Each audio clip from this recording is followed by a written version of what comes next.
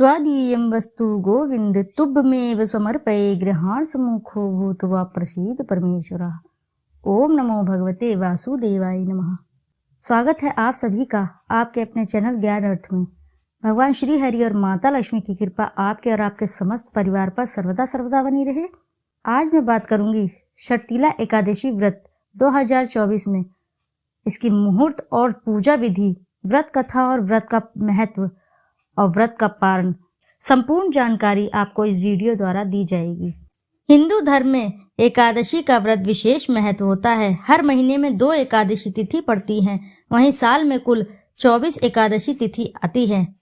हर महीने में आने वाली एकादशी को अलग अलग नाम से जाना जाता है।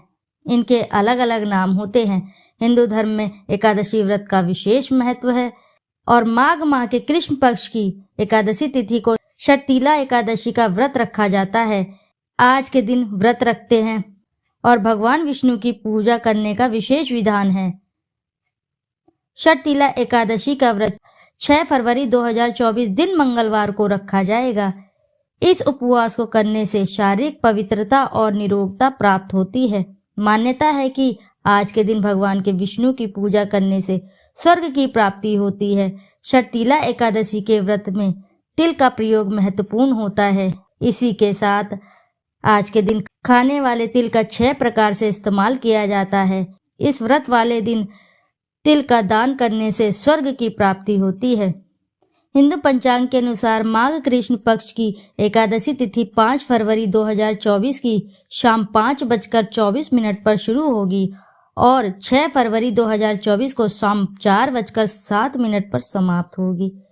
पूजा के लिए शुभ मुहूर्त सुबह 9:51 से दोपहर 1:57 तक है। शर्तिला एकादशी का व्रत पारण 7 फरवरी 2024 को सुबह 7:06 से सुबह 9:18 तक किया जाएगा। पारण तिथि के दिन द्वादशी समाप्त होने का समय दोपहर 2:02 पर होगा। शर्तिला एकादशी के दिन वैघ्यात रोग प्रातःकाल से लेकर सुबह 8:50 तक रहेगा। उसके बाद जो है हर्षण योग है, जो अगले दिन 7 फरवरी की सुबह 6:09 तक है। उस दिन ज्येष्ठ नक्षत्र प्रातःकाल से सुबह 7:35 तक है। उसके बाद मूल नक्षत्र है। शर्तिला के दिन तिल से स्नान, तिल का उबटन लगाना, तिल से हवन करना, तिल से तर्पण, तिल का भोजन और तिलों का दान करने पर स्वर्ग की प्राप्ति होती है। वहीं जीवन में प्रगति के लिए इस दिन स्नान के पानी में थोड़ा सा गंगा जल और तिल के दाने मिलाकर स्नान करें। इसके बाद भगवान विष्णु की पूजा आराधना करें। भगवान विष्णु को उसके पश्चात भोग लगाएं। भगवान विष्णु को भोग लगाते समय इस बात का ध्यान रखें, भोग में पीले मिष्ठान, पीले फलों का आप प्रयोग करें, क्योंकि भगवान विष्णु को पीला रंग बहुत ही प्रिय है। यदि आप पीले रंग के भोग लगाते हैं भगवान विष्णु को, तो वे बेहद ही प्रसन्न होते हैं और इससे आपकी सभी मनोकामनाएं शीघ्र ही पूर्ण होती है। शर्तिला व्रत करने पर वैवाहिक जीवन सुखमय और खुशहाल बनता है। दाम्पत्य जीवन सुखमय बन जाता है और दुख, दारिद्रता, कष्ट, रोग सभी दूर हो जाते हैं। इस व्रत को रखने से मनुष्य को अपने बुरे पापों से मुक्ति मिलती है, अर्थात जो मनुष्य ने पिछले पूरे पाप किए हैं उन सभी पापों का नाश हो जाता है। जीवन में सुख समृद्धि आती है। माता लक्ष्मी बेहद प्रसन्न होती हैं।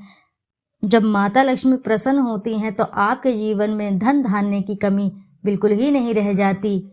इस व्रत को जो भी सच्ची श्रद्धा और लगन से करता है उसको भगवान विष्णु और माता लक्ष्मी की असीम कृपा प्राप्त होती है और उसके जीवन में किसी भी प्रकार की परेशानी, रोग, दोष बिल्कुल ही समाप्त हो जाते हैं। किसी भी प्रकार की समस्या नहीं रह जाती है। एकादशी व्रत के नियम दशमी तिथि की रात से ही शुरू हो जाते हैं।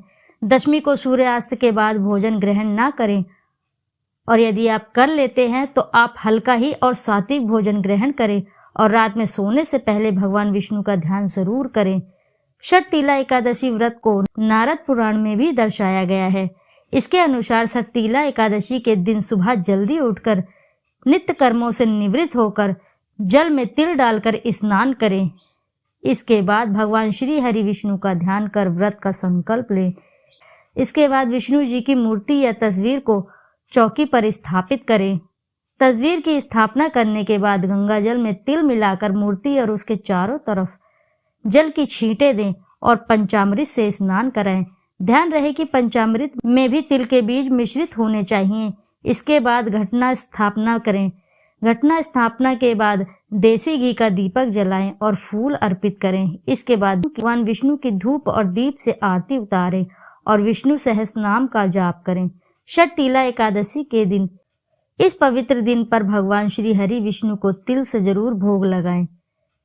साथ ही तिल का दान करना भी अत्यंत लाभकारी होता है। ऐसा माना जाता है कि इस दिन आप जितने तिल का दान करते हैं आपको उतने ही दिन स्वर्ग में रहने का अवसर प्राप्त होता है। आइए अब जान लेते हैं कि व्रत पारण करते समय किन किन बातों का ध्यान रखना आवश्यक होता है। षठ तीला व्रत को समाप्त करने के बाद भोजन करने की विधि को पारण कहा जाता है। ध्यान रहे कि द्वादशी तिथि समाप्त होने से पहले पारण करना अति आवश्यक होता है। द्वादशी के भीतर ही पारण न करना पाप करने के समान होता है। व्रती को व्रत तोड़ने से पहले हरिवासर समाप्त होने की प्रतीक्षा करनी चाहिए। हरिवासर द्वादशी तिथि की पहली 1/4 अवधि को कहा जाता है। व्रत तोड़ने के लिए सबसे उपयुक्त समय प्रातःकाल यानी सुबह का होता है। व्रत करने वाले उपासकों का मध्याह्न के दौरान व्रत तोड़ने से बचना चाहिए।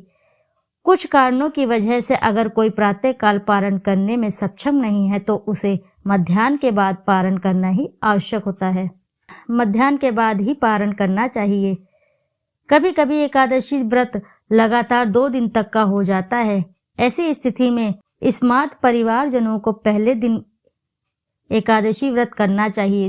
दूसरे दिन वाली एकादशी को दूजी एकादशी कहते हैं।